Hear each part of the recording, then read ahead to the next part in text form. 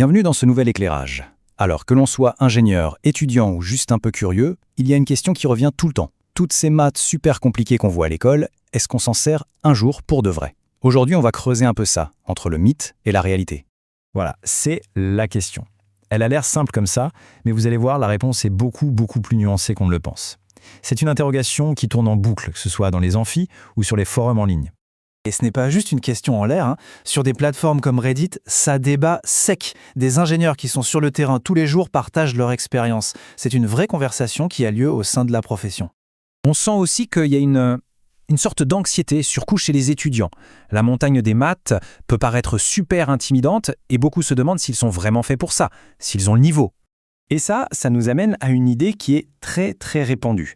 L'idée que, une fois le diplôme en poche, hop, terminé le calcul différentiel, adieu l'algèbre linéaire, on n'en entend plus jamais parler. Alors, un faux ou un tox? Bon, pour y voir un peu plus clair, commençons par le commencement, par la réalité du terrain. Quelles sont les maths que les ingénieurs disent utiliser au jour le jour? Si on se fie à ce qu'on lit un peu partout, la réponse a l'air assez simple. La plupart du temps, les calculs de tous les jours reposent sur des bases solides, des choses vues au lycée, de l'algèbre, de la trigo, de la géométrie et bien sûr une maîtrise quasi divine d'Excel.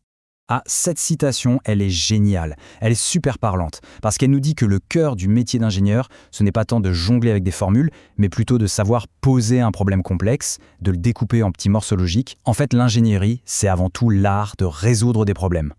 Mais attention, si on s'arrête à cette conclusion, on passe à côté de quelque chose d'essentiel. Parce que cette vision, un peu simpliste, elle laisse une question en suspens. Une question assez évidente. Comment est-ce qu'on passe de calcul de base à ça? À la conception et à la construction de structures aussi incroyablement complexes. Si les ingénieurs n'utilisent que de l'algèbre, comment ces merveilles de technologie peuvent-elles exister? Il y a un truc qui ne colle pas. La réponse, en fait, elle est cachée, elle est sous le capot. Toutes les maths avancées, le calcul diff, les équations différentielles, l'algèbre linéaire, eh bien, elles sont le socle, la fondation de toute la théorie de l'ingénierie. Elles sont intégrées directement dans les logiciels que les ingénieurs utilisent tous les jours. Et voilà, cette personne a tout résumé. Le but des études de maths, ce n'est pas de pouvoir refaire à la main ce que fait un ordinateur en une fraction de seconde. Le but, c'est de comprendre comment il le fait. C'est de développer une intuition sur les principes qui sont à l'œuvre. On voit donc bien la différence. C'est presque deux mondes qui coexistent. D'un côté, on a le calcul de tous les jours, qui est souvent assez direct, et de l'autre, il y a cette compréhension conceptuelle, cette vision d'ensemble, qui, elle, permet de vraiment interpréter un résultat, de déceler une erreur, et surtout, d'innover. Et attention, ne pas avoir cette base théorique, ça a des conséquences très concrètes. Sans elle, un ingénieur risque de se retrouver cantonné à appliquer des solutions toutes faites, à piocher dans un catalogue. Impossible de s'attaquer à un problème vraiment nouveau ou de repousser les limites de ce qui existe. D'ailleurs, ce raisonnement, il ne s'applique pas qu'à l'ingénierie classique, comme le génie civil ou la mécanique. Il est tout aussi, sinon plus, crucial dans les domaines de pointe, comme la science des données.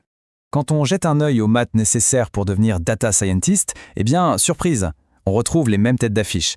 Les stats, l'algèbre linéaire, l'optimisation et bien sûr le calcul différentiel. Ces concepts sont littéralement le moteur du machine learning et de l'intelligence artificielle. Prenons un exemple ultra concret, la descente de gradient. C'est un des algos les plus fondamentaux en machine learning. Et à la base de cet algo, qu'est-ce qu'on trouve? Le bon vieux calcul de dérivés. C'est un concept clé du calcul différentiel qu'on utilise ici pour ajuster et améliorer un modèle petit à petit. Et voilà, on dirait un écho parfait de ce que disaient les ingénieurs juste avant. Que l'on construise un pont en acier ou un modèle d'intelligence artificielle, la logique est exactement la même.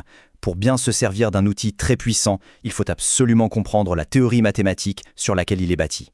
Tout ça, ça nous amène au vrai message à retenir, à la conclusion de toute cette exploration.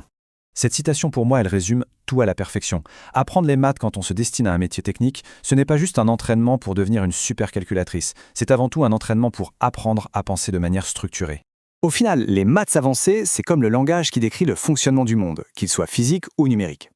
Le but n'est pas forcément de parler ce langage couramment tous les jours, mais d'avoir acquis le cadre de pensée, la structure mentale qui permet de résoudre les problèmes les plus tordus, et d'utiliser intelligemment les outils qui, eux, le parlent à la perfection. Alors finalement, la question n'est peut-être pas de savoir si ces maths sont utiles au sens pratique du terme. La bonne question, c'est comment vont-elles transformer notre façon de penser, de raisonner et d'innover? C'est là, je crois, que se trouve leur véritable valeur. Merci de nous avoir suivis.